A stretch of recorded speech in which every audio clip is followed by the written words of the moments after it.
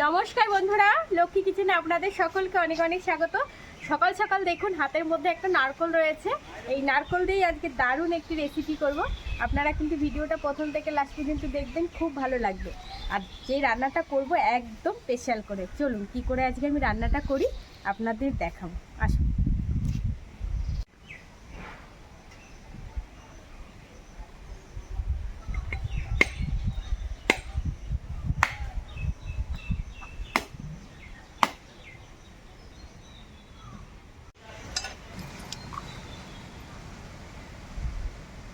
নারকলটা কিন্তু খুব সুন্দর। চলুন এবার নারকলটা ঝটাপট কুড়িয়ে নিই।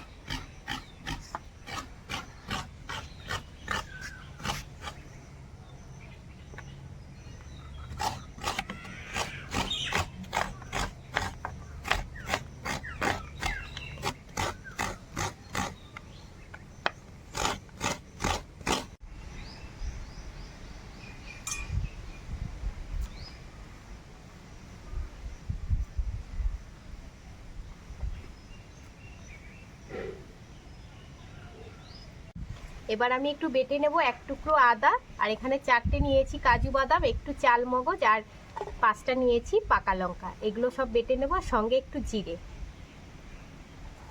যেহেতু অল্প মশলা একবারেই বাটবো। বাদামটা একটু পরে দেবো, আগে চাল মগজটা একটু বেটে দেবো।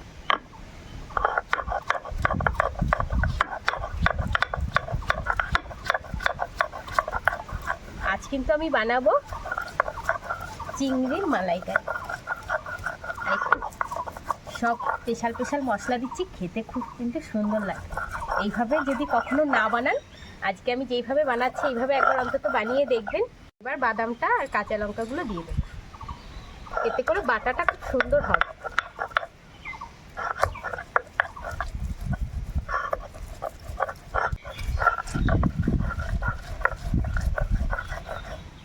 লঙ্কাটা দিলাম, কালারটা ভালো হবে, খুব সুন্দর একটা কালার হবে, এই জন্য পাকা লঙ্কা দিলাম।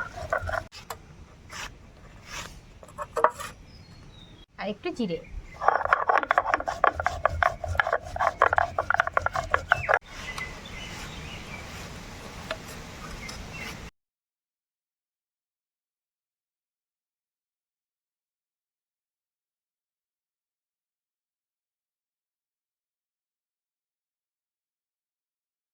চিংড়ি মাছগুলো দেখুন, সব সাইজের চিংড়ি মাছ। এবার এতে একটু লবণ হলুদ মাখিয়ে দেবো, আর গরম জল করে এদিকে নারকোলটা ভিজিয়ে রেখেছি, আর সঙ্গে একটু দুধ। এই দেখুন নারকোলটা ভিজিয়ে রেখেছি গরম জলের সঙ্গে, তাহলে নারকোলের যে দুধটা খুব সুন্দরভাবে বেরিয়ে আসবে। আর এখানে একটু আমল দুধ ভিজিয়ে রেখেছি। কড়াইতে তেল দিয়ে দেবো, কড়াই খুব ভালো গরম হয়ে গেছে। তেল গরম হয়ে গেছে, এবার চিংড়ি মাছ ভেজে নেবো। কি দারুণ হাওয়া দিয়েছে।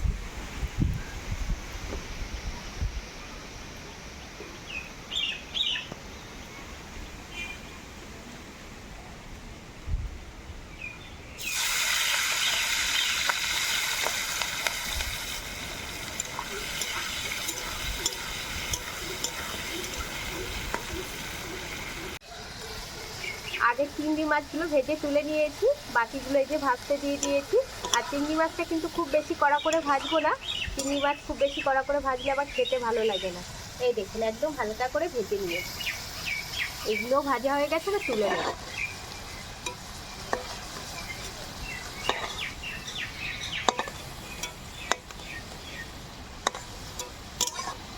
তেলটাও তুলে নেব।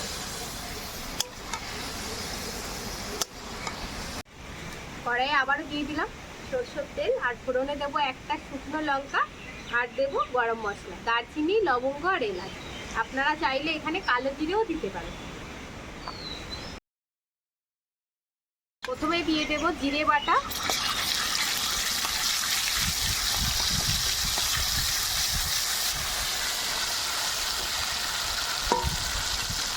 বাকি মশলাটা বাটা আর মশলার বাটিটা ধুয়ে দিয়ে দেবো একটু জল।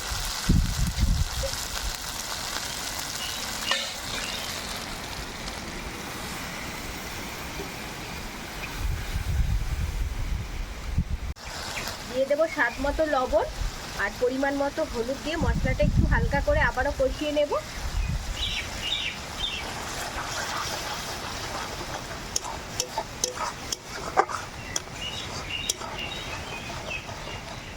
দিয়ে দেবো সামান্য একটু টক দই, একদম অল্প করে।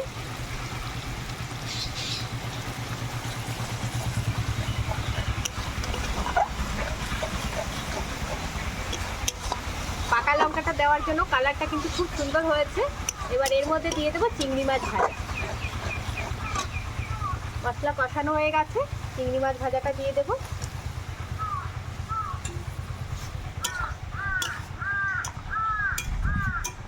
দেখুন কি দারুণ হয়েছে, এখনই এত সুন্দর লাগছে। এখনো তো নারকেলের দুধ দেওয়া বাকি, এমনি আমল দুধ দেবো সেটাও দেওয়া বাকি। এটা হালকা করে একটু মশলাটার সঙ্গে মাছটা কষিয়ে নেব। নারকেলটা এইভাবে গরম জলের সঙ্গে একটু চটকে নেব, তাতে করে নারকেলের দুধটা আরো খুব ভালো বেরিয়ে আসবে।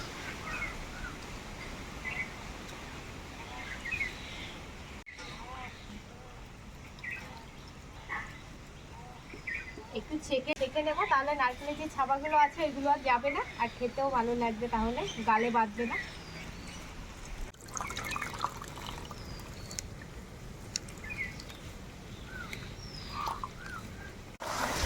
এই দেখুন মশলার সঙ্গে মাছটা খুব ভালো করে কষানো হয়ে গেছে। এবার যে নারকেলের দুধটা বের করে রেখেছি এটা দিয়ে দেবে। এই দেখুন ছাবাটা বেরিয়ে গেছে। এটা কিন্তু অনেক সময় মানুষে বড়া করে একটু সর্ষে একটু শুকনো লঙ্কা বেটেও নারকেল বেটে খায়, ভালো লাগে।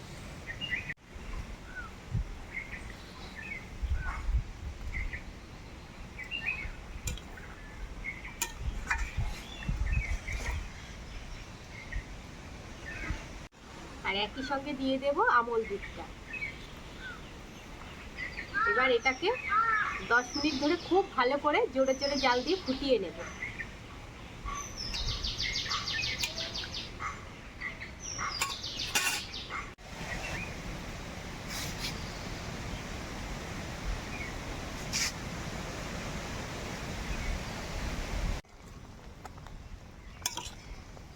আজকে যা হবে না খেতে, দারুণ হবে।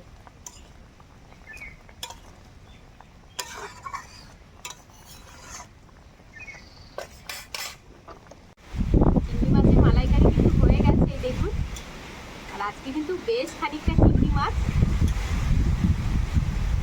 এই দেখুন কি দারুণ হয়েছে। এই দেখুন চিংড়ি মাছও অনেক।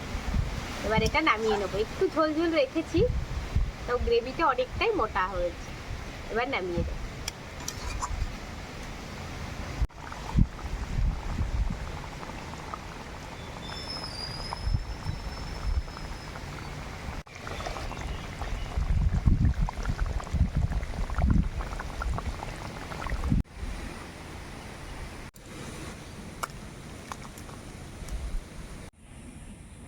আর আজকের রান্নাটা আপনাদের কেমন লাগলো সেটা কিন্তু জানাতে আমাকে একদমই ভুলবেন না।